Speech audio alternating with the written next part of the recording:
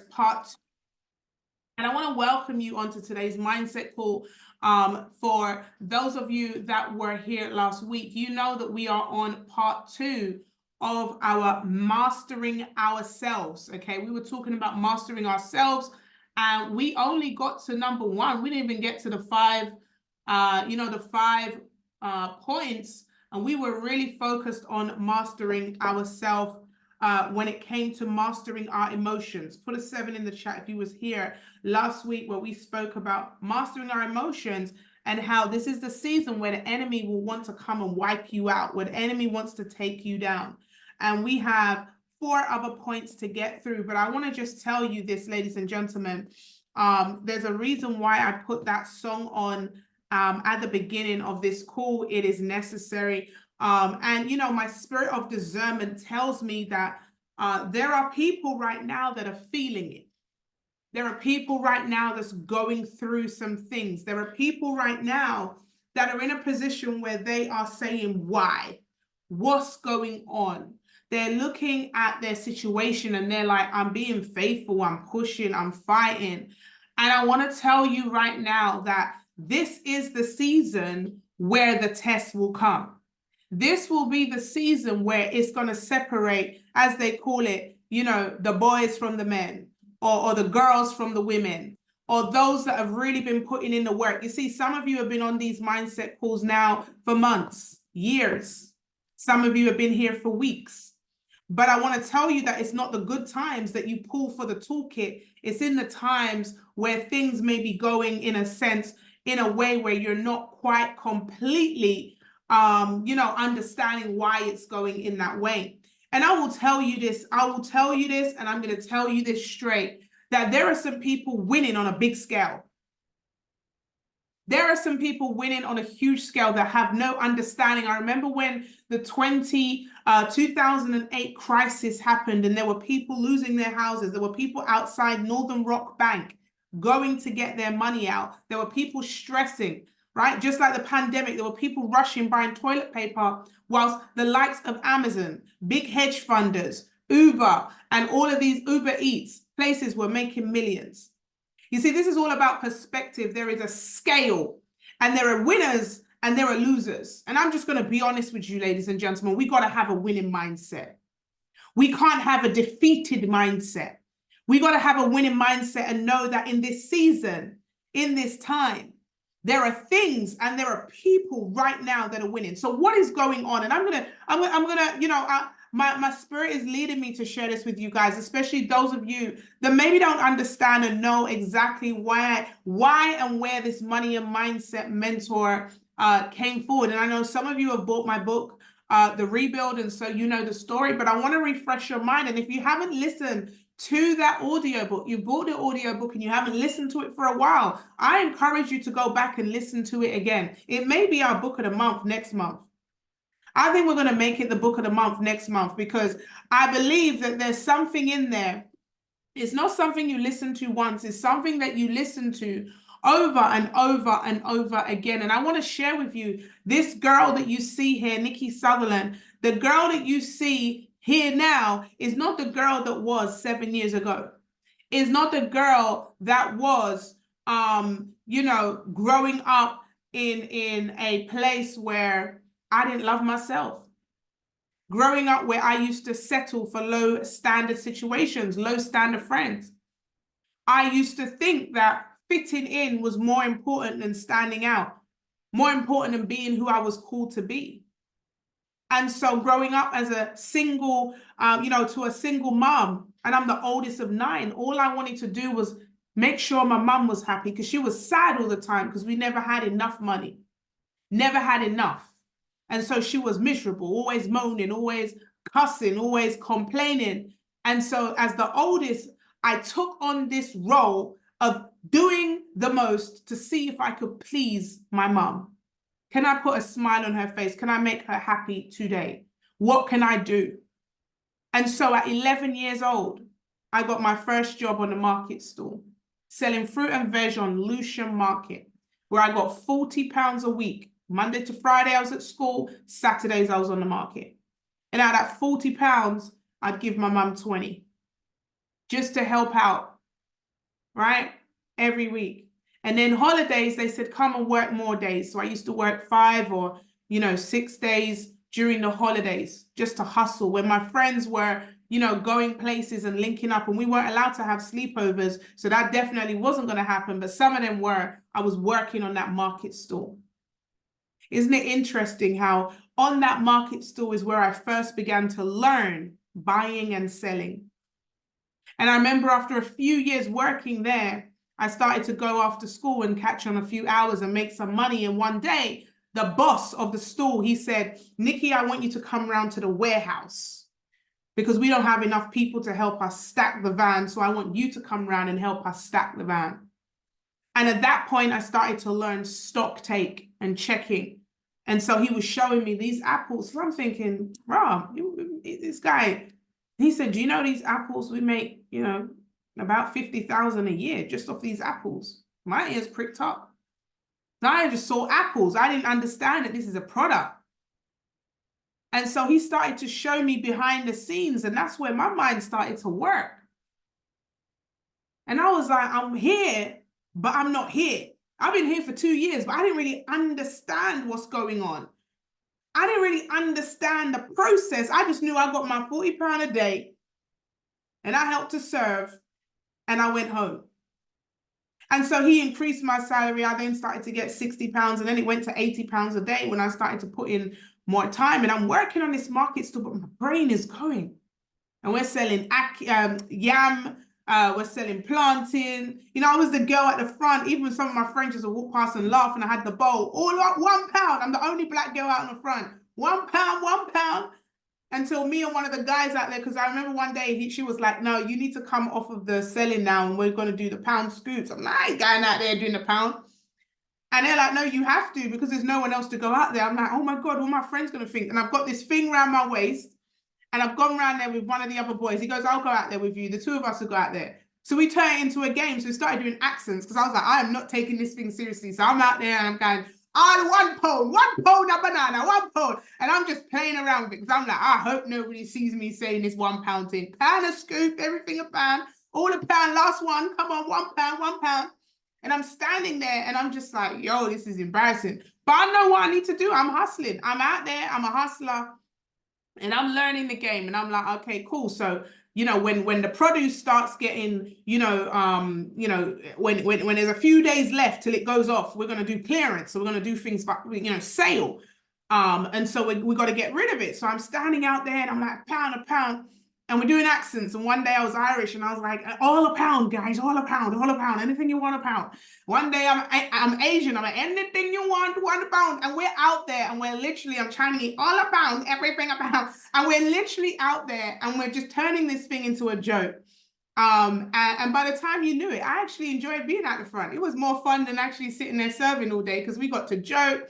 I had the little old Jamaican ladies going, you can't put one more in there, let me take it for your phone. And everyone's on a hustle. And I just found it like really, really interesting how no matter how cheap things are, you still get those that still want it even cheaper. I'm like, mate, you're getting 20 apples for £1. You still want more apples? You ain't going to eat all these apples, Reggie. What are you going to do? You're going to sell them, aren't you? You're going to sell them to your cousin and them, right? And so I'm there on this market stall. And I was there for ages, guys. Like I went through college and I was still at the market stall. And then I got a job at a clothes shop. Okay, it's called Noir Menswear. And it's still there right now. I did the one in Lewisham, and they had a branch in Wood Green and Greenwich. The one in Lewisham's now closed, but the Wood Green and Greenwich is still open. And this was a menswear shop. And so I started to go into a teenager. I'm at college. I'm like, yo, I need to up the levels because my friends are gonna see me on this blasting market store. So I applied for this job in a clothes shop. It was all men's. So everyone in the shop is suits, high end. So you got cufflinks, suits, shoes, ties, everything high end. I had no idea about any of that. I was not interested in men's stuff whatsoever. I saw the advert and I applied for the job, and it's all men that work there. And I went in for the interview, and the guy, he was like I think he was Greek or something, and he had a very good businessman, Nigel, his name was, and Nigel interviews me, And Nigel's like, oh, you look like you'll fit in here. I was like, I think I will. Like, I'm there being cheeky with Nigel, busting joke with him in the interview. He was the owner, and he was like, so you're a seller? I'm like, yeah, I can sell. Listen, trust me, put me out there. I'll sell anything. I'll sell every suit. I'll sell, I'm there talking. Because I come from the market. So I know how to talk. I understand buying low. I understand, selling high, all that stuff. I understand negotiations. And Nigel's like, listen, I'll give you different tiers. So notice there's not really many prices up because you get to judge it with a customer and you get to do it. I'm like, listen, Nige, you put me in there. And I was all calling him Nige from day one as well. He's Nige to me now. And now then Nige gave me the job. And I was there. I met one of my best friends there. His name is Winston. And Winston was the guy. He was one of the salesmen there as well. And another guy called Tabir. And so Tabir and Winston were the two salesmen. And I was there. So as the girl, they would used to make me do certain things because obviously it was easier for sales. So they put me on the counter like the pretty girl at the front. That if there was a guy that looked like he had a lot of money, they'll make me measure him up and stuff. And did really, really well there. Really enjoyed it. It was long hours though. It was long hours. The pay weren't that great. But right now, it's funny because Winston stayed there. And when Nigel retired, Nigel sold him one of the shops. So he now owns one of the shops in Greenwich. Noir Menswear, absolutely phenomenal. I get so many of Anton's shirts, bespoke stuff. Amazing. And so one day I'm in the, Nigel comes down, bless him. I love Nigel though. And one day Nigel's like, come on, push. You're standing in the corner. Go over to the customers and push. So I'm like, Nigel, man, let the customers walk in a little bit. So Nigel used to stress us out when he was in the shop. But he told us how to be aggressive. So you go over to the person and go, oh, hi, welcome to the store. Like, do you need any help? They're like, no, I'm just looking. Oh, what are you looking for? And like when Nigel's there, you'll be over talking to that customer. And I'm literally there like, oh my God, this is pressure. Like Nigel is watching. Like anytime Nigel weren't there, we would just chat about. But when Nigel was there, you better make sure that you contacted and spoke to every customer that walked through that door. And we were just killing it. The shop was selling. And I learned the power of really going for it and understanding that when you're talking to a customer, a lot of the time they don't know what they want. It's a people's business. People are going to buy what you tell them to buy. And it's so crazy because they're coming for the suit. And I'm like, okay, cool. Let me put those cufflinks on with you. Oh, they look nice. Oh, hold on. Let me put on the right tie. What's the color for you? And by the time they know it, they came in for a shirt. They got a whole suit, a tie, cufflinks. They got shoes. And I'm like, yeah, wife, you're going to love this. Or, you're going to go into a party, you're going to show it out.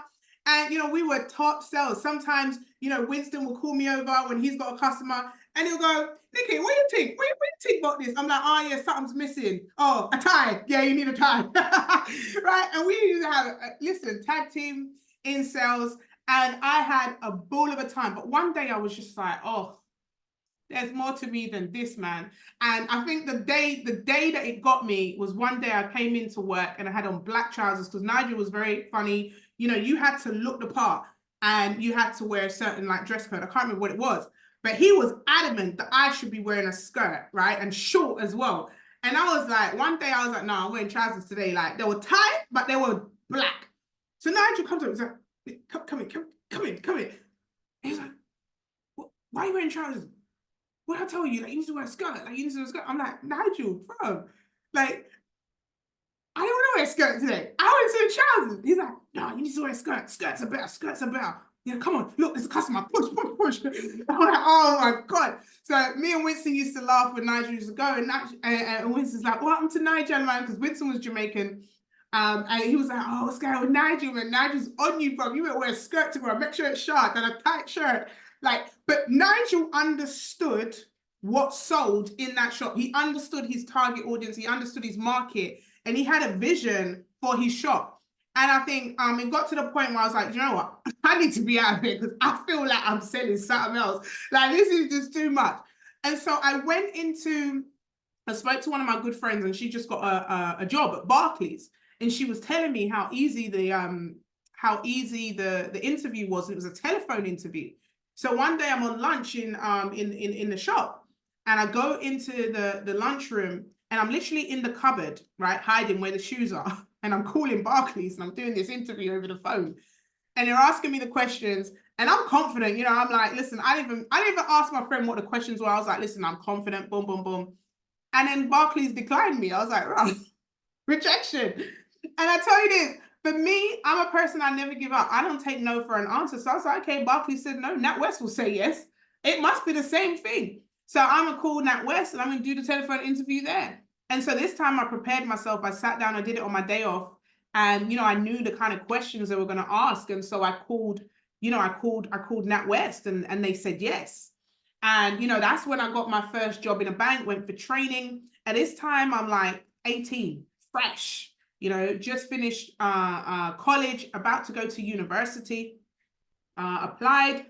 And I said, okay, cool, I'll start the bank in March and then come summertime, do some work there and then go to uni, you know, when it starts. And I kid you not, I started the bank and, you know, I'm so blessed because I found another amazing manager in the name of Terry Saltieri, an Italian gentleman. Well, he's half Italian, half Greek. And Terry saw something in me. I don't know if he was desperate or what. And timing and positioning is everything. So I walk into Woolworth Road, NatWest. It's not there anymore due to it being robbed so many times. But that's another story. I walk into NatWest, Woolworth Road for an interview, and Terry sees me and he calls me in. And he says, oh, you're here for the interview. I'm like, yes, I'm all dressed up. I'm in my, you know, in there. And I've gone in there and he's like, tell me about yourself. And I said, I'm Nikki, I'm from around the ends. You know, I've just come out of college. You know, I'm coachable, I'm teachable. Like anything you tell me, I'll do. I'm good with numbers. Like I got this in my, you know, maths, blah, blah, blah. And I'm just really excited. Like I feel like I can do this and I'm really good at sales. So I don't know if there's sales a part of the job, but anything to do with sales, I'm gonna go. And you know, the interview was like 15, 20 minutes in. And Terry's like, stop, right? Give me your sizes. I'm ordering your uniform. Like, we're so desperate. We have no staff. So you're coming anyway. I was like, great, this is amazing. Like, I don't know if it was my interview or if they were just so short-staffed. Terry was like, the first person that comes with half a cent, I'm employing them. So started off as a cashier. And here I am now making like 1,900 a month or something like that, right? 1,700. No, my first check was actually 970 a month, right? As a cashier. So I'm on 970 a month working full-time as a cashier. There's about 8 of us as cashiers. And I learned it pretty quickly. In my first 2 weeks, I started getting trained up as cash manager. By the time I was there 3 months, I was cash manager. And now I'm controlling the whole safe, the whole, you know, cashiers. And I'm just like, boom, I'm going at it. I'm loving the numbers. I love leadership. So I'm leading all the cashiers, even people that have been there for like 20 years, 15 years. I come in and boom, boom, boom. Terry's like, nah, this girl, she's good. And so that's when I first saw my first kind of bit of like hateration. Like, because imagine you got people sitting on that desk that's been there for 5, 10, 15 years. And I've just come there in like a month. 3 months and Terry's promoted me as cash manager. People didn't like it. And at the point, I'm like the youngest in the entire country. I'm 18 years old, managing people that's like in their 30s, 40s, 50s. And, you know, I had an attitude as well. And I want to be honest, I was that girl. Yeah. So I want to personally develop, Nikki. I was that girl. Remember, it was before I was saved as well. I wasn't Christian yet. And so I'd be like, you know, give me your money or whatever, whatever. And I just had an attitude and they didn't like it. And, you know, a few of the cashiers loved me and a few of them hated me. And so I was getting results though. But here's the thing. I used to be there the first at the beginning. I'm the first one there and the last one to leave. And I remember this, Terry was, you know, Terry used to have me there in the morning because I remember hearing these stories about, you know, these days bank managers don't get a good title, but back in the day, just to speak to the bank manager, you have to call them sir, you know, you have to go and put on a suit to meet the bank manager. Like bank managers had, you know, a bit of title. So Terry had a lot of respect from me. And so I'd get there early, open up the bank, and Terry would show me some other stuff like managerial things. So I'm learning from Terry whilst everyone else ain't even in the business yet. And then late at night, I would be the one there locking up with Terry. And so Terry's showing me the ropes. And he's like, Nikki, anytime I retire or when I go, if I call in sick, you need to know this stuff. And I'm controlling the safe, I'm controlling the reserves, I'm managing the team. It got to the point whenever Terry weren't in, I'm managing the whole branch. This is me as a cash manager. There was a deputy manager, there was other advisors, but Terry had me doing everything. And it was just, it happened all so fast. And I'm like, oh my God, like I've only been here like 6 months and I'm doing everything. I'm like the top dog. But there was one person there that didn't like it. She was like, no, I've been here longer. Like, Terry, you need to give it to me. You need to be. And, you know, Terry was just like, look, this is getting too much. And so there was an opportunity for an advisor role. And Terry was like, Nikki, you're a seller, okay? So you should sell. So I'm going to teach you how to sell. Let me get you away from the cashiers. And I think it was one day a lady came in and she came into the bank and she wanted to withdraw like £10,000 cash. And I was like, okay, no problem. Do you have your ID? She was like, no, I don't have any ID. I was like, okay, do you have your bank card? She was like, no, I don't have a card. I just got my sort code and account number written on a bit of paper. And I was like, unfortunately, you won't be able to withdraw that amount of money without any ID or any card. And she was like, I'm my money, give me my money. And if you know Wharf Road is rough. And I was like, remember, I'm 18, I'm not saved. I'm like, no, man, like that's just the bank's policy. Like, we can't give you any money without any ID. And she's like, oh, this guy, you don't know me, guy. Give me the money, but I leave this. And the line is long. Back then, the line just be long out the door. And I'm like, look, I do know my job. You need to go back on training. You don't know your job. You can't look on the system, check my signature, and give me my blood fire money. And she started going crazy on me. And I'm like, no, look, when I point to the sign, we are not here to take abuse, okay? If you carry on taking abuse, I'm gonna have to ask you to leave, okay? She was like,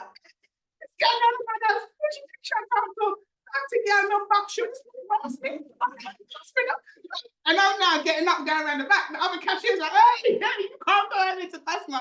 And she's like, yeah, meet me after. I'm like, yeah, meet me after. I finish at 5 o'clock. Meet me outside after. And me and this cashier, me and this lady, you know, the customer are going at it, right? I was going at it. Oh my God, guys, I tell you, I kid you not. We are going at it.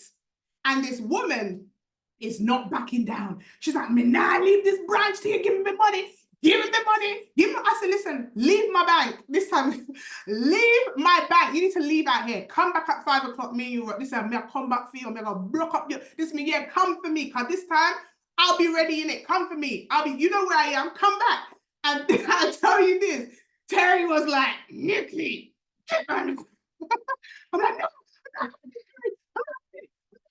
And I'm all hyped up. She just wanted her money. It was nothing to do with me. Like, it was nothing to do with me. By the time I wasn't mature enough to deal with it, and Terry pulled me around the back. Now, but I should have got fired for that. Like, I should have been stuck. Terry was just like, listen, Nikki, I think you should go into sales. I don't think you should be on the cashiers anymore. Like, you need to go into sales. You are so good at sales, Nikki. You need to have an office, sit down one-on-one with a customer who wants a loan, a mortgage, a credit card. So I'm going to teach you all of that. And I was like, cool, yeah, like, let me get away from these cashiers. These people are getting my nerves. And them days, we had like 8, 9 cashiers, but the line was out the door. It was before online banking. People used to have checks and cards with signatures. It wasn't tap. It wasn't, you know, chip and pin. So I was like, okay, cool. So Terry now takes me and teaches me how to do loans, teaching me how to do mortgages, teaching me how to do life insurance. And now I'm seeing the other side of the bank where I'm like, okay, so every sale I get commission. Like, this over here. So now I'm starting to he promoted me to an advisor. And no, he didn't promote me. He promoted me, but I didn't get it wasn't promotion on paper. It was just promotion to do the work. So I'm doing customer service. I'm opening bank accounts. I'm learning how to do KYC, which is, you know your customer, checking documentation. And I'm like, okay, cool. So everyone I do, there's a bonus attached. Okay, yeah, I like this. I like this. Now I start to target and say, look, Nikki, these are the best advisors in the country. And this is what they do. Okay, cool. And so, tension's rising because Nikki's starting to learn every area in the bank. And there are people there that's been waiting, and Terry hasn't really helped them like that. So he saw something in me, even though he saw the mad gal, the aggression, the fighter, the warrior. There was something Terry could see inside me that I don't even think I deserved it. It's just favor, I can honestly say. And so now you know, people in the branch were just not happy. There was a lot of back and forward fights and all sorts of crazy stuff happening. And so Terry's like, look, there's an opportunity for a role as a advisor in another branch. I'd hate to see you leave me, but there's a role I think you should apply for. In other words, there's two of you that keep hitting heads and you both can't stay in the same place, but you have the skills to be an advisor. This person doesn't. So, he encouraged me to apply, which was the best thing to do. And I went to this new branch, new area, and I began to kill it. Like, I was killing it, guys. Like, I'm not even gonna lie. Like, your girl was on point because everything, practically I could take things in and I could do it. And I was managing and running the branch. I was cash manager there, but I was getting sales from my cashiers. So I knew how to push the cashiers to get results, to the point where it was a little bit aggressive because I was like, listen, guys, come on. We need to get at least 3 loans today. Come on. Every customer that comes to your desk, ask them if they want a loan. And it was kind of pressure because some of the cashiers started to complain again. And they were like, yo, we can't take this pressure. She's pressuring us. But we started to perform. One day the manager called me in, and this manager did not care about me. And he was just like, yo, Nick, yeah, we need to have a conversation. And I was like, what? We're doing great. He's like, yeah, but it's not just about the numbers. It's about it's about your personality. I was like, what do you mean? He's like, can I just be honest? I was like, yeah, sure. And I'll never forget him. His name was John Pierce. Pretty, blonde hair, blue eyes, young, one of the youngest managers I'd seen. He was about 23, 24. And he said to me, you're the most rude person I've ever met in my banking career in my life. I was shocked. I started to cry. Like, when someone says something, the feedback was so harsh that I started to bawl. And I didn't want him to see me cry. So, when you're blinking it away, but your eyes go water. And he was, and I was like, John, you don't understand. I have to fight for everything. I make 1,400 and I give 1,000 to my mom. Like, I have to fight for stuff. John's like, I don't care. Like, everyone has stuff. You can't be rude to customers. You can't be rude to members of staff. I don't care what you have to fight for. But you got a bad attitude. And I said, and this was after I had a fight with one of the other cashiers in the back, a physical one. And we was in the back. She warmed up some food in the microwave, and I said she needs to clean out the microwave because the microwave stinks. And then we started to have a fight. And then, yeah, there was a whole altercation. He dragged me at the back. And I was like, John, look, I don't act unless I'm provoked. He's like, yeah, but you got to learn control. You got to learn emotional intelligence, because these are the things that's going to mess you up in the future. And so I walked away hating John. But can I tell you this? It was the best thing that anyone had ever done for me. Telling me the truth. Telling me that I had to change. Telling me that there was something going on internally that was going to block me from my future. And up to this day, I've never told John, because quickly after I left that branch, you see, there's a pattern, right? I never ever got to tell John this, because although he probably didn't like me, and I definitely didn't like him, it was the best thing that he could have done for me, which was to tell me the truth. Because then I started to work on my personal self-development. And I tell you this now, 90% of people do not work on their personal self-development. They have this window effect, looking out of the window that is everyone else's fault. I don't come for no one unless they come for me. Everything is about the window. They never look in the mirror. And I was that girl that never looked in the mirror. I never looked at myself. What do I need to do? Because I've always got results. And so my results told me that I was perfect, which isn't the case. And so when John said that to me, I started to change. I didn't want that. I didn't want that label on me anymore. I didn't want the label of being the attitude gal. I didn't want the bad gal behavior. I didn't want that. And do you know you can change what they think about you by just, you know, you can change what you think about you. You can change at any given time. If you want and especially now we have such a, you know, social media, you can change the link in your bio, you can change your title so quickly. And if you don't like what they think about you, or if you don't like who you are, because really it wasn't about what people think. John said something that deep down I knew was true. And so if I didn't like who it was that I was, I had to take responsibility to change. And so I went on a journey, personal self-development, and I found this lady called Yasmin. And she was John's assistant manager, and I preferred to deal with her. Now, Yasmin seemed to like me, and I don't know why. You know, I said there was people that just liked me or hated me. And Yasmin liked me. She loved me. And Yasmin took me under her wing. And I cried on her shoulder and I said, I never want to talk to John again. He's so awful, blah, blah. And she went to me, do you know what? I'm the one that does all the work. John doesn't really do anything. He just walks around and just tells people what to do. But I actually run this place. And she goes to me, Nick, you know, one of my weaknesses is cashiering. I never learned how to cashier. Can you show me? Can you show me how to cashier? Can you teach me the books? And in turn, I'll teach you about being an assistant manager. I'll teach you about how you can, you know, how you can run a branch like properly, know the numbers, know the, you know the ins and outs. And so every Friday, me and Yasmin went to the pub together at lunchtime, and we took the last lunch. And through talking to her, I learned that she was a property developer, and she was buying and selling houses. And you know, I showed her cashiering, she showed me bank managering. And she was just such an amazing person. I didn't even know what mentors were, but I suppose she was probably a mentor of mine. And one day Yasmin tells me she's leaving to go to Brixton branch. She's been offered a managerial job. And I'm like, no, you're my only friend. You can't leave. Who am I going to go lunch with? And she's like, don't be silly, Nikki. You're coming with me. I'm like, what? She said, yeah, I negotiated. I said, I'm only taking this position if you're my assistant manager. I said, no way, we're leaving John. We're like, yeah, we're leaving John.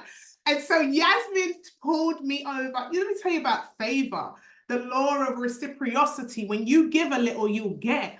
And so Yasmin now went to Brixton branch manager, and I was her assistant manager. And between us, Yasmin was a beast at the sales. So she taught me how to sell. Between us, we took the branch from bottom to #1 in the country, hands down. And then Yasmin made me an advisor as well, so I could get the commission. So I'm now selling. I'm the #1 for loans in the company, the #1 for mortgages, the #1 for life insurance, the #1. We're killing it. And I'm working on my attitude as well. So people start to like me now. Customers are liking me. I'm walking into the branch and customers are, where the girl there, Nikki? Where I see Nikki? I had a line of people waiting. I had a diary full of people waiting to see me every day. And we were smashing it. And inside the bank, they had these awards, right? And these awards were like the Oscars. For the top salespeople, you would get a big fat bonus. You'll be taken to a different country, award ceremony, like it was crazy. And so I'm in, and Yasmin's showing me, and I'm there, I'm in. And I'm going for it, guys. Like this year, I'm like, oh my God, I'm going to get the award. Like I'm #1. I'm #1 every week. I'm refreshing the table, and I'm looking, I'm like, I'm #1. And I'm looking on this thing, and I'm like, oh my God, all I need is another 500 points. And it was like 80,000 points, right? So I had 500 and no one can catch me. No matter what they do, no one can catch me. I'm like, oh my God, I'm #1 in the country. And Yasmin's like, oh my God. And we're literally celebrating. And this is 2008 when the banks decide to go crash. And so I hit #1 and they're like, oh yeah, but the government has said, because we're bankrupt, we're going to have to cancel the Oscars. I worked so hard for this. Guys, I was looking at the pictures. I was seeing myself there, making sure my passport was renewed. By the 2008 crash, the government stopped all banks from doing, you know, the most. I mean, before 2008, my bonuses were like 15 grand every 3 months. Like I was smashing it into pieces. Like no one could touch me. Even like was getting respect from some of the guys that were top before I came along. Little healthy banter, healthy competition. And so the year when I was about to get to this Oscars, they called it the Achievers. They cancelled it and sent me a check. I was like, nah, it don't feel the same. Like, it don't feel the same. And so Yasmin's like, oh, Bun be an advisor now. Just be my assistant. Just be my assistant. So I'll become deputy manager. And so now I'm deputy manager under Yasmin. but Yasmin's never there. I'm like, yo, you turn into John. Like, what's going on? I'm doing all your work. And so I'm doing all Yasmin's work. She taught me everything. I'm running this branch myself. Yasmin's never there. And so one day I'm like, yo, Yas, area managers come down asking for you. Don't worry, I've covered for you. It's cool. But what the hell are you doing? Like, you're like, where are you? She's like, oh, Nikki, I'm sourcing properties like I'm doing deals. I'm like, nah, you need to bring me in, my girl. I said, look, I'll cover for you, but you got to bring me in. Bring me in. And so she's like, okay, cool, I'll show you some things. So she took me up to Croydon one day and she showed me all these discount houses in Fulton Heath and all these places. And, you know, under Yasmin, I tell you, real quick, it was like, she just taught me. And remember, at this time, I'm giving most of my money to my mom, but I'm stacking. I'm saving. I'm not spending nothing because I understand that I need to, I don't know what's coming, but I got to make sure I put this money aside. So I'm stacking. Yasmin takes me to a few properties and she's like, okay, cool. You know, based on deputy manager, you don't earn enough. So you're going to have a bigger deposit. Boom. I said, say no more. So I've now gone to work in the day. I got a job in Clapham in a bar. And I'm working that bar from 7 p.m. So I leave the bank at 5, get to the bar at 7. And from 7 till 3 in the morning, I'm working the bar, getting tips. Every single penny I'm saving. Back to the bank at 8 a.m. Back to the bar at 7 p.m. Back every day, working. And I'm like, okay, cool, Yasmin, I'm nearly there. Yasmin's like, okay, cool, let's source these properties. Make sure you get this deposit money. Let's do it. I'm working. Same time I'm saying to my baby father, well, he wasn't my baby father at the time, like, come on, let's jump on this property game. Like, I'm linking people that's doing it. And he's like, no, I don't think we should. I'm not getting involved. If you're doing that by yourself. I said, say no more. I'm going to do this by myself. I don't care who don't believe in me. My mum was like, you're too young to get a property. You know, my granddad was like, I'll sell you my flat because my granddad had a spare flat. And so I was like, okay, granddad, I'm nearly ready. Then he was like, oh, me speak to your mother. She sent me off to sell it to you. You know, every time you get close, you get like the haters that want to hold you back. So my mum convinced my granddad not to let me buy the house. I'm like, fine, I won't buy your flat. I'll buy somebody else's. So I'm like, Yasmin, I might need a little bit more money. So I'm just going to keep doing extra shifts in the bar, doing the tips. When they say have one for yourself, I'm just pocketing the cash. I'm not having one for myself. I walk to work now. I'm now like, you know, not going out on the weekends. I'm literally so disciplined, so focused because I've got this goal and Yasmin is literally helping me. And so I get to the point now where Yasmin's like, okay, cool. You know, there's a few in Fulton Heath. Go check them out, Nikki. Go look because I think you can get one. And so I'm like, okay, cool. I just need another, you know, like maybe 2 more grand and I can get that in a month, like easy, boom, boom, boom. And so I'm now 20. And I get my first yard. First flat, 20 years old. All my friends are telling me I'm crazy. All the people that was in the bank before me still don't have their yards. All the people that came from school days with me still don't have their houses. And I'm now 20, just turning 20, got my first house. I'm like, oh my God, like it works. Move into the house, it's a flat, lovely flat. Move into the flat, and now, you know, before you move in, like you're coming up to closing, Argos catalogs. So I'm writing down all my toaster, matching the sandwich maker. And I've got all the Argos codes written down on the paper. Got my bed, I've got my sound system, got my iPad Nano. I don't know if you remember iPod Nanos. I've got my PC, Packard Bell. And I've got all of these things that I've written down that I'm going to get. And so I'm stacking to make sure by the time I close, I can get my big widescreen TV. I can get my everything, my bed, everything. And so I'm ordering everything from my Argos because there was no Amazon back then.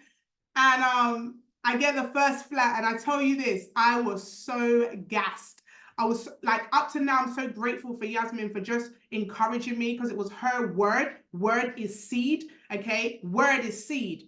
Right? And I heard my mentor say this the other day and I was like, yo, that's so profound. He said, Nikki, word is seed. And so when I stop talking to people, it means that I'm not sowing seeds into dead ground. When people stop listening, I stop talking. I was like, mighty David, that's a bar right there. And so Yasmin sowed these words, this seed into me that then propelled me to take action, that propelled me to do the work. Did I still have to do the work? Hell yes. Did I still have to work on myself? Hell yes. But if I didn't work on myself, I wouldn't have got that close with Yasmin, because Yasmin didn't want a complainer. Yasmin didn't want someone that had an attitude. Yasmin didn't want someone that felt like the world was against her. Yasmin wouldn't have rolled with someone that kept saying she was depressed, kept saying that things were, her back was against the wall. Yasmin wanted someone progressing, someone focused, that she could manage the bank with, that she could see that this person's a go-getter. Yasmin didn't want someone around her that was just going to be complaining all the time and didn't want to listen. She was teaching me blueprints, and at the same time, she was humble enough that I could teach her some things she didn't know. And so now, 3 months, I've moved into this flat, my dream flat. Like, guys, it was brilliant, perfect. Had beige carpets, nice and, nice material. You know, the carpet where when you put your foot down, you just feel like, oh, you want to roll on it. The nice soft carpet, I pay extra money for that. You know, I had all my big old American fridge, my nice leather sofas from, what's the sofa shop called? DFS. I had the big old TV, like everything.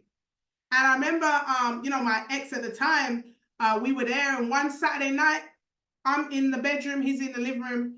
He's watching X Factor. I'm watching Match of the Day on replay, right? Crazy role reversal.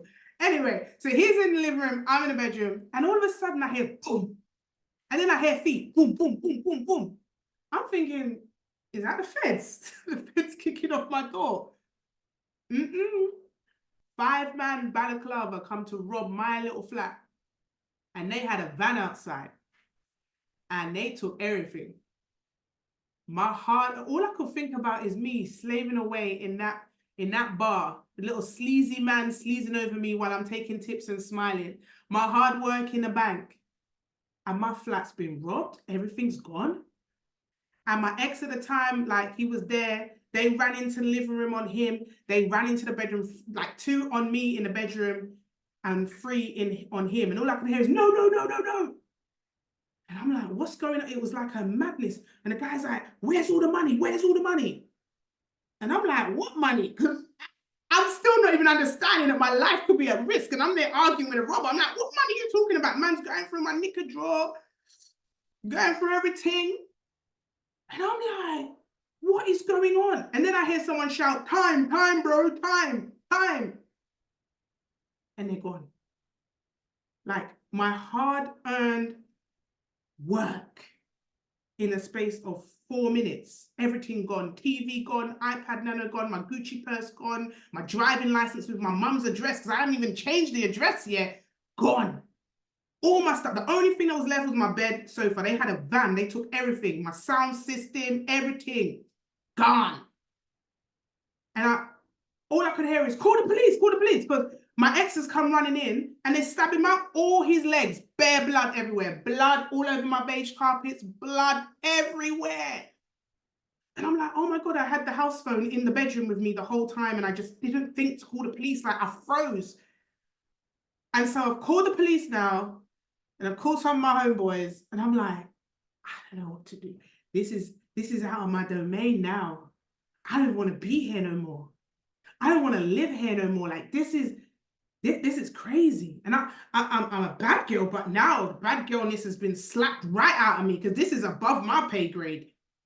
Like, man coming in my yard, balaclavas, robbing my house, stabbing up my man. Like, what is going on?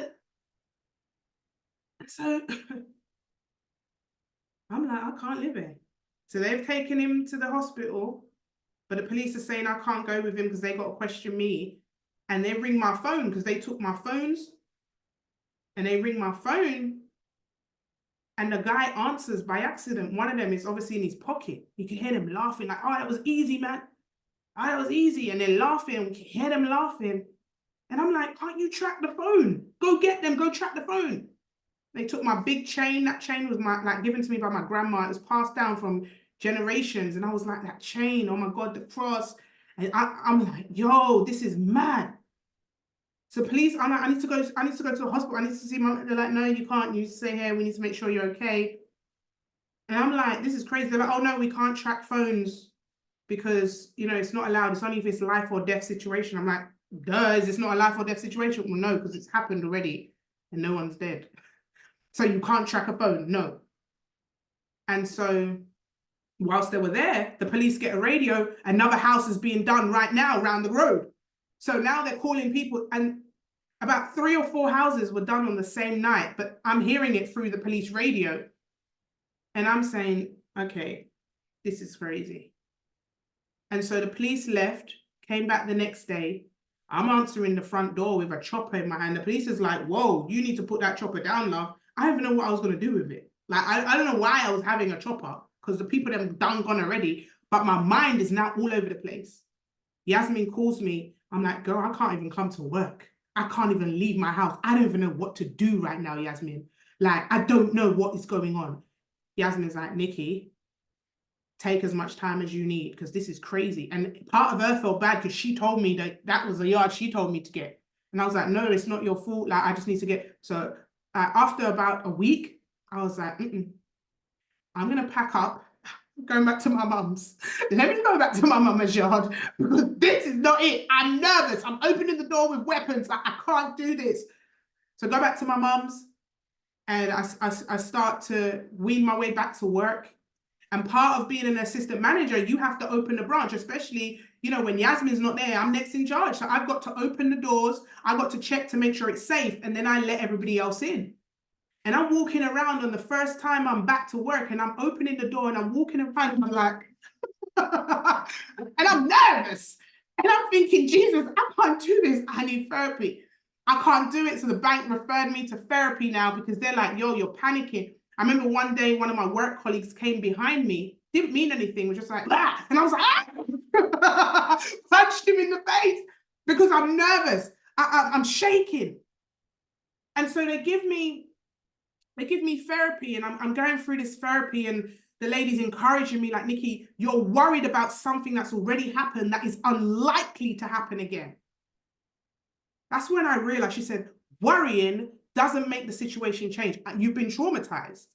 You've gone through something, but do you understand the likelihood of it happening again is very slim? And sometimes we go through things and we just keep thinking about it, thinking about it, thinking about it. And the likelihood is it may never happen again. But we fester these things. And so I've gone to this therapy now, and the therapy is working. I went on like 6 months worth of therapy. Still, up to this day, my husband will tell you, if I hear noises, my ears are sensitive, I can hear noises. Sometimes people wonder, Nikki, why are you still awake? They don't even know that this girl is still dealing, and this is 2008. But I choose, you see, when your mindset is strong, your body sometimes reacts. And so sometimes, not sometimes, I sleep light. I can hear a little noise and I wake. And so here I am now. I've gone back to work. And, you know, my mum, she doesn't get it. You know, Jamaican woman, just fix up, man, it done, up and already, move on, move on. You know, she just wants me to move on. And I'm like, I can't move on.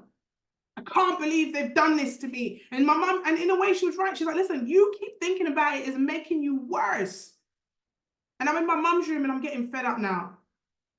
And, you know, me and my boyfriend, we can't link as much as we can, because he definitely can't come to my mum's yard. My mum's like, me don't want no man in here. There's one woman in this house, and it's not you. Me don't care how old you be.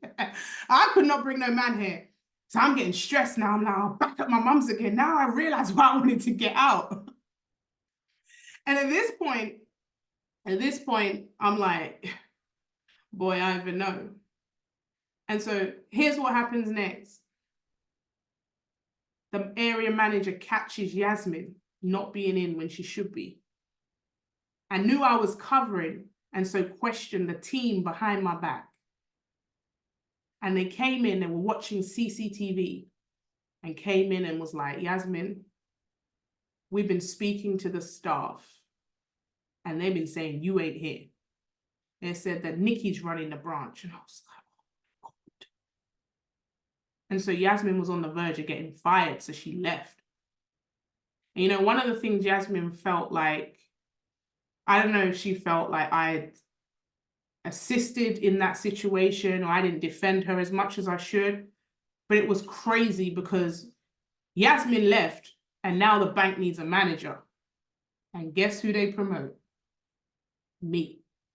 And I become the youngest bank manager in the company. And I'm like, yo, in the midst of this madness, I gotta focus. I have to focus because I can't lose this opportunity because I'm going through this trauma. I've got to level up. And I start to speak to myself and say, fix up, Nikki. And so I say, I'm ready to start seeing customers. I'll take the job. I'm going to do it. And my first customer is a lady called Janet Brim. Property developer, comes in for a mortgage. And I sit down and talk to her, and we just began to talk, and we just clicked. She's now one of my best friends in the entire world. And I told her, I said, look, and she said, Nikki, I'm just so thankful to you for helping me get yet another property.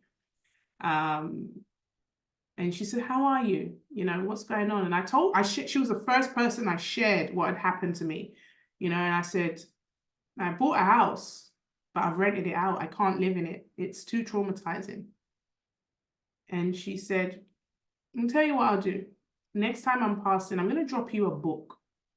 Have a read. It might help you. And so she gave me this book, and the book says How to Buy Property Using Other People's Money. And I sat and I read that book. I read that book in about a day and a half. And I kid you not, within the next 6 months, I had £1 million property portfolio. But I skipped the story. I bought one house. It was a flat in Catford, off of the information on that book. Remember, I had no money. Let me give you guys some plays. I want you to hear what I'm saying about everything is connected and everything works together for your good.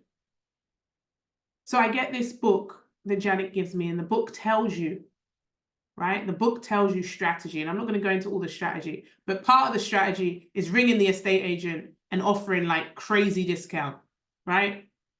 So I see this property online. It was on for 100 and I think it was like it was 190,000. So I ring up and I say, listen, it's not worth my time if I can't get it for 130,000. So I'm not even going to come and look. Can you put an offer in for 130,000 to the person who's selling? If they say yes, I will buy cash, and I will buy it cash within 7 days. But I'm not coming out to look unless they will accept that offer. So the agent started to laugh. The agent was like, girl, like, you're asking for some crazy discount. I said, by law, we have to put it forward, but I'll tell you this, it's probably going to be a no. I was like, cool, put it forward. He calls me back on the Friday. I can't believe I'm saying this, but he's accepted. And I went,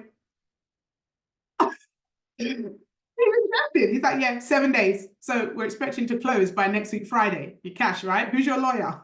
I'm like, okay, I'll send me over the email. I'll get it sorted. I'm thinking, oh my God, the book said do it, but I now need to get the money. And so I've got, okay, cool. So I've called up my friend who's a mortgage advisor, and I'm like, what do I need to do?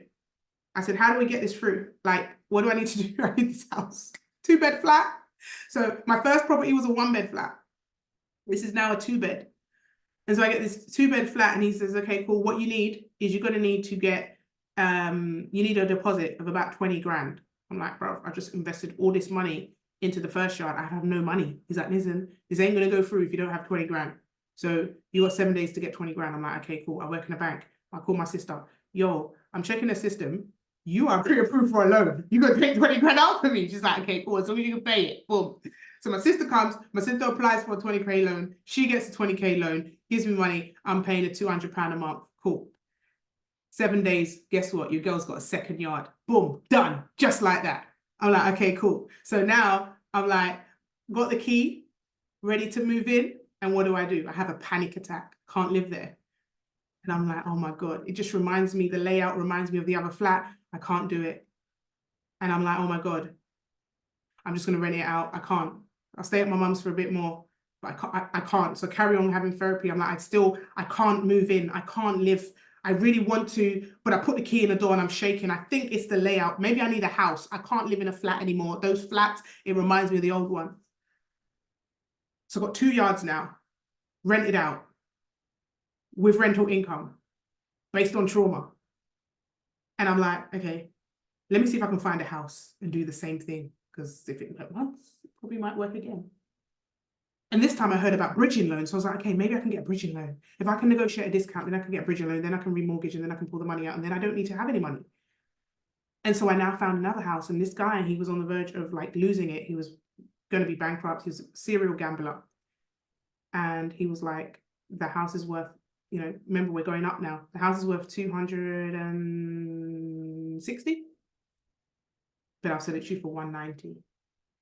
I'm like, okay, cool. If we factor in my deposit, which is 26,000, then 190 plus 26 is 206,216. And I still got loads of equity. So I get the bridging loan for the deposit, remortgage straight away, pull out the money, give it back to the bridging loan, and now I've got another yard. And now I'm building my portfolio based on trauma. Now I've now got, hold up now, what's going on here? In the space of 9 months, your girl's just got a whole £1 million property portfolio with equity based on trauma. How'd that work? I'm going to do it again. Let me see if I can do it again. And then I finally move into my house and I feel good. I've got CCTV everywhere, weapons in every single room. Still going through the trauma though. Still going through the trauma. And then you guys know the story, baby father leaves me, all that kind of stuff. But I tell you this right now, is don't ever allow what you're going through to stop you from moving forward. Don't ever allow what should hold you back. You've got to always know that everything is necessary in order for you to move on, in order for you to rebuild. In order for you to rebuild, no matter how much you think things are not going your way, everything has to happen. Janet is one of my best friends in the world. She gave me a book in the form of a seed that showed me a strategy that completely changed my life. In the midst of all this happening, I'm getting promoted at work. I'm now in head office. I'm now in HR. I'm learning about myself. I'm learning about personal development. I'm understanding that successful people are not people that don't have things going on. They are people that make decisions to keep going even when they're in pain. They're people that make a decision to say, I'm not going to allow this situation to stop me, block me, or defeat me. But in fact, this is going to serve me. It's going to serve for a greater good. And there's a reason for this season. Roll on, fast forward. I'm now, check this out, guys. You're not going to believe this. And so I'm managing, right? Before I go into head office, I'm managing. I get called to go and manage a branch called Tulse Hill, West Norwood and Tulse Hill. And guess what I do? I go back and manage Woolworth Road, where it all started, because Terry retires and I've gone back to manage the place where it first started as a different person, with some of the cashiers that are still there from when I first joined, or worried like, oh my God, is she going to be our manager? But they love me. Some of them became some of my really good friends. I was able to redeem myself. They were like, oh my God, you're completely different. Like, you're a nice person now.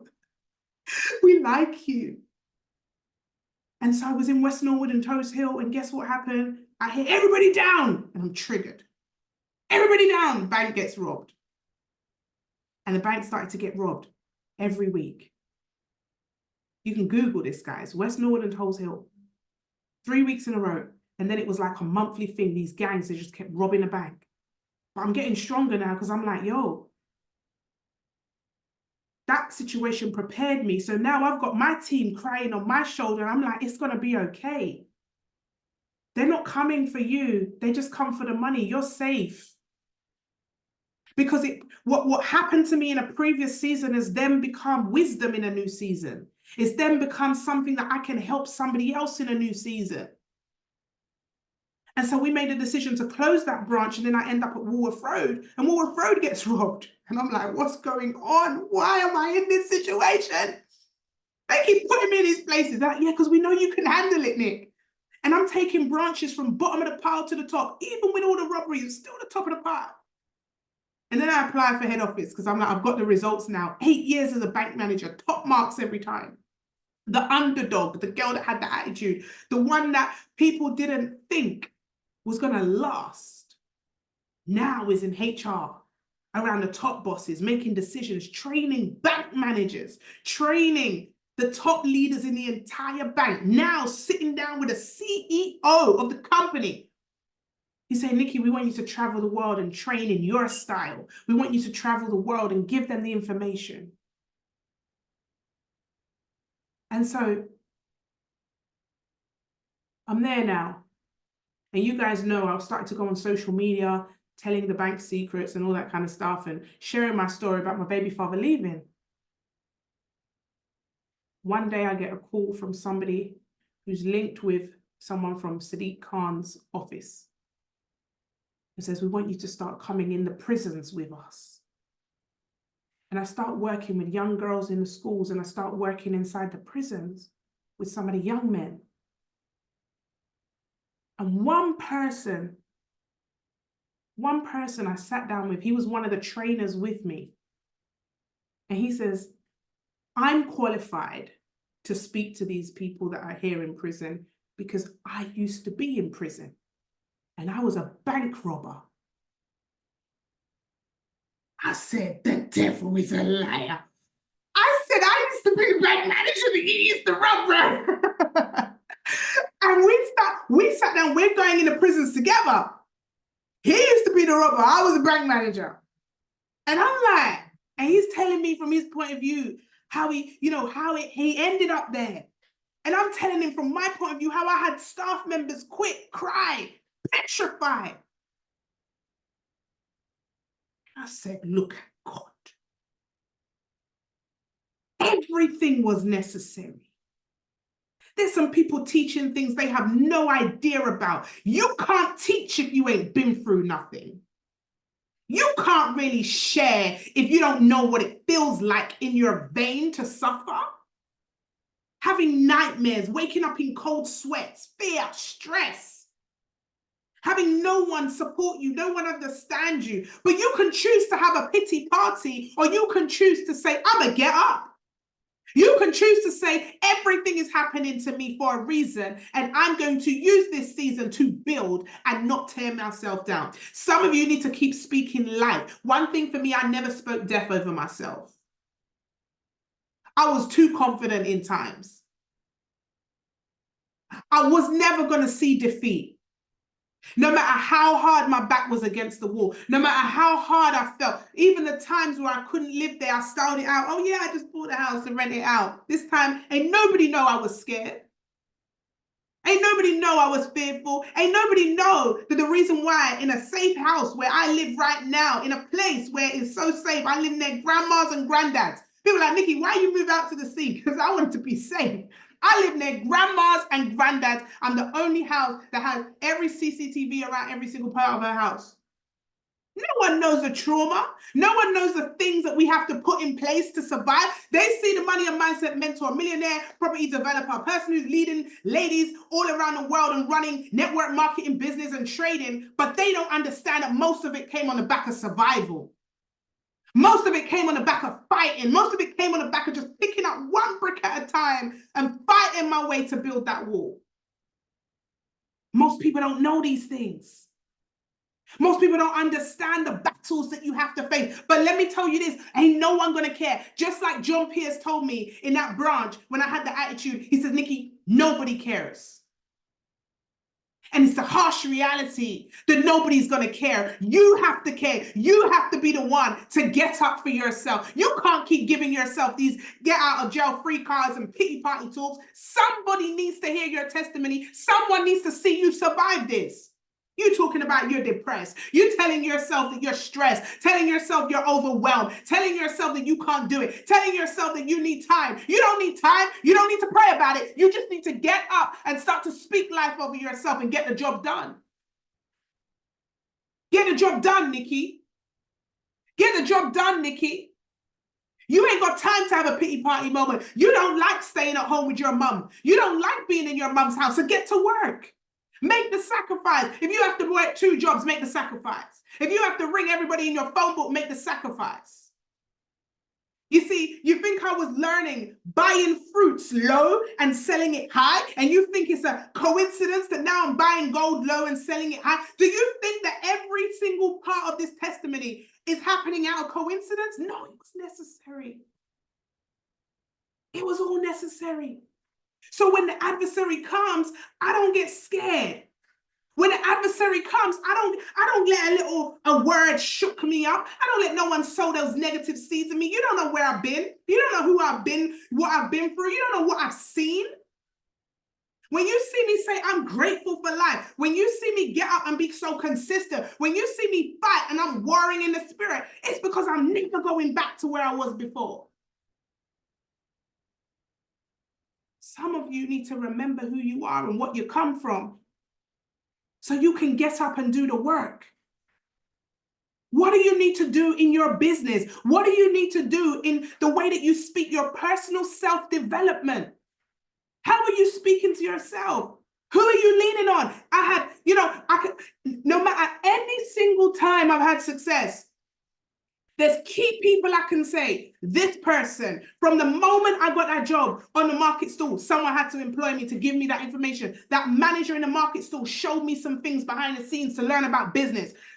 Then we had, Nigel in the clothes shop. Then we had Terry from the first interview in the bank. Then I had John. No matter if I think he was, negative to me or not, it made a difference. Then from John, it was Yasmin. Then from Yasmin, it was Janet. Then from Janet, guys, every single time you're going to need to make a level up, God is going to put someone in your vicinity to give you a word, but you have to be ready for it. You can't say, oh, when I feel better, when times get better, when things get better. Let me tell you this, things always get better. But if you waste time waiting for it to get better, you're already behind. You have to move in the pain. I ain't paying for people saying to me, oh, Nikki, I'm going to pray about it. How long are you going to keep praying? You've been praying about it for 10 years. You've been praying about it for 10 years. Now, maybe it's time for God saying to you, take action. Stop telling me you're praying about it every second. We're so spiritual with it. You prayed about it. God's giving you a strategy. Now go do it. Here's what I want you to do when you come off the back of this call. I want you to take a piece of paper and I want you to write down some things that you need to destroy in the spirit. I want you to write down some things that you need to get rid of. Negative self-talk. Why am I saying this? Guys, I've heard so many people this week talking lack over themselves, talking negative over themselves, telling themselves they're depressed, telling themselves they're stressed, overwhelmed. I've heard that word so much, and I'm like, this is why it's called focus and fly. You think it's a joke. Successful people are not people that have not been through some stuff. They are people that go through the stuff, but still do what they need to do despite going through the stuff. I believe in this season, there's some people winning on a big scale. And I don't want no one to miss out on it because we're in our feelings or because we think we're going through some stuff. The stuff is always going to be there. Do you know the higher the level, the bigger the stuff?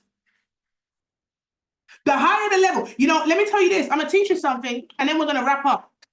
I'm going to teach you this. How many of you have ever been guilty of saying, oh, it's too much? Oh, it's too much. Do you know when you say in the atmosphere and you say to God and you say to people that it's too much, what you're actually saying is, I can't take any more blessings in my life.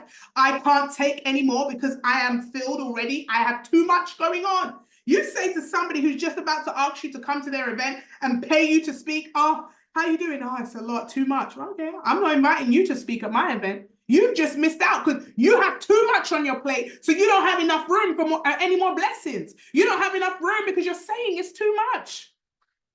It's never too much. I am open and receptive to who God puts in my life and how he wants to bless me. I am open and receptive. It is never too much. He's never given me more than I can bear. This is the year of expansion. Do you think with expansion, you're not going to have some adversity? Do you think you're not going to have tests when you're coming to expand? Do you think that the enemy's not going to come and want to whisper in your ear and say certain things? The devil is a liar. When you ask for expansion, you're asking for tension. You're asking for obstacles to come your way. And so if you really want to have massive success, whatever that looks like for you, and I'm going to close on this, because the Holy Spirit dropped this in my spirit, because I've been saying a lot of this lately, and the Holy Spirit said, no, Nikki, you got to correct them. Correct what you said.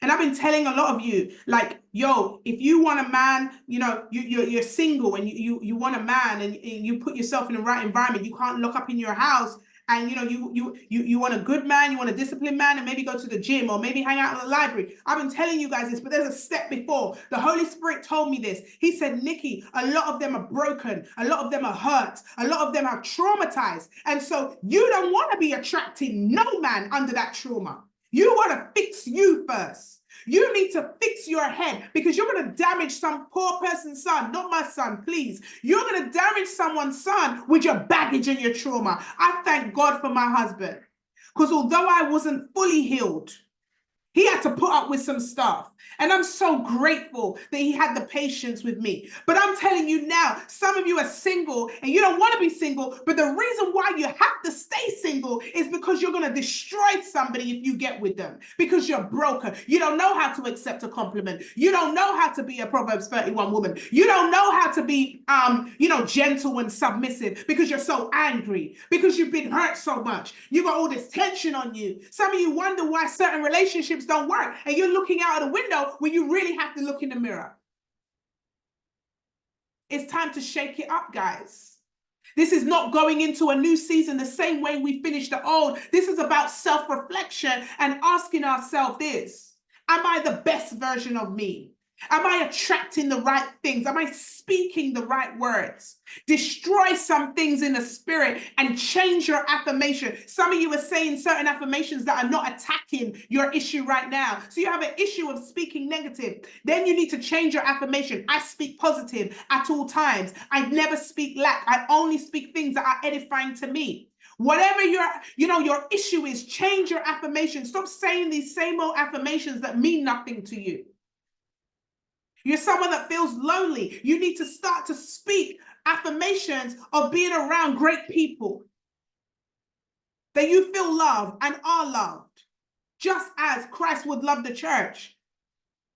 You are loved. We have to start to attack these things with the words. So here's what I'm going to do. I'm calling it, guys. I gave it to some of the leaders today, and I'm putting everybody on it. I had to switch up the program, because how can people be focused when there's so much hurt and baggage and damage going on? I have to switch it up and say, okay, cool. We're still on manage your emotions. We're going to do part 3 next week. Managing your emotions, managing yourself, managing what's going on and still moving, even when things don't look like they're going your way. Here's what we're going to do. Believe, Conceive, Achieve. Right? By Dr. David Imonitie. Every single person. We are doing this, guys, for the rest of this month. Every single person to listen to that audio every single day. Every day. For the rest of this month. I'm going to drop the audio inside the main community, but we're going on attack mode. I need every single one of us to listen to this audio every single day. Conceive, Achieve, Believe. I've sent it to some of your leaders. They can send it out to you. If you're in any of the communities, we need to be listening to that every single day. And no one should be thinking right now about anything about attracting man, attracting customers, attracting people, if you're still in a place where you ain't doing your personal self-development. I'm just making it absolutely clear. The issue isn't them. The issue is you. And I'm saying this with love, guys, because I've been there. And I'm telling you now that you attract who you are. You attract what comes out of your mouth. And so before you start to speak to people, have you done your personal self-development? In the morning, before you leave your house, before you leave your bed, can you put on personal self-development whilst you're brushing your teeth? Because we got to do some brainwashing, guys. We got to wash our brains with the truth. And for me, the word is truth. So I'm going to drop this in. Those of you that are committed, those of you that know that you got to grow, those of you that know that this is the season, you're going to make millions in this season. But once you listen to this audio and it starts to change your mind, you can go now and you can start to be aggressive. You can start to be that salesperson that you know you are. You can start to attract customers. But the first thing I had to do is I had to begin the journey of changing my mindset and knowing that even when obstacles come my way, I'm still going to put one foot in front of the other. So ladies and gentlemen, I hope that this mindset call today has given you some food for thought. I hope that you've taken some notes on my testimony, because some of you don't know, and I haven't even touched the sides of my testimony, but I hope for sure you hear my heart. I hope for sure you understand that your girl has been through some things. Your girl understands pain. Your girl understands waiting. Your girl understands not feeling loved. Your girl understands having to put up a facade. Your girl understands having to be the oldest and looking after everybody and thinking about everybody. I understand all the situations, going through trauma, deaths. I spoke about Uncle Lenny last week, going through all of this stuff. I understand it, guys. I understand it, so I can teach it. But I can teach it only from what I did. And what I did is I fought. I never ever rolled over. I never spoke about giving up. I never said I'm going to slow down and stop. I'm fighting and I'm going at the same time. You do have enough time.